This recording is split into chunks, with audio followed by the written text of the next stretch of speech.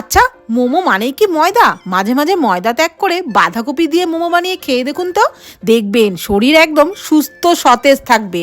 আমার পছন্দ মতো কিছু সবজি, গাজর, ক্যাপসিকাম, বাঁধাকপি গ্রেট করে নিয়েছিলাম, আর একটু পনিরও গ্রেট করে নিয়েছিলাম। এদিকে বাঁধাকপি সিদ্ধ হয়ে গেলে নামিয়ে ঠান্ডা করে নিচ্ছি, ততক্ষণে পুরটা বানিয়ে নিচ্ছি। ফ্রাইং প্যানে সাদা তেলের মধ্যে আদা রসুন কুচি, পেঁয়াজ কুচি দিয়ে একটু নেড়ে চেড়ে ওই সবজিগুলো দিয়ে দিলাম, দিয়ে একটু নাড়াচাড়া করে গ্রেট করা পনির, পরিমাণ মতো লবণ, গোলমরিচ গুঁড়ো দিয়ে ভালো করে ভেজে নিয়ে একটু টমেটো সস আর সয়া সস দিয়ে নাড়াচাড়া করে পুরটাকে নামিয়ে ঠান্ডা করে নিচ্ছি। ততক্ষণে বাঁধাকপির পাতাগুলো ছাড়িয়ে নিলাম।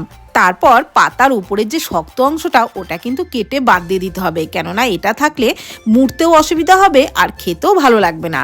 এবারে যে পুরটা তৈরি করে রেখেছিলাম সেটা মাঝখানে বেশ খানিকটা পরিমাণে দিয়ে এইভাবে 4টে ভাঁজ করে মুড়ে নিলাম, আর এটা মুড়তেও কিন্তু একদমই অসুবিধা হয় না।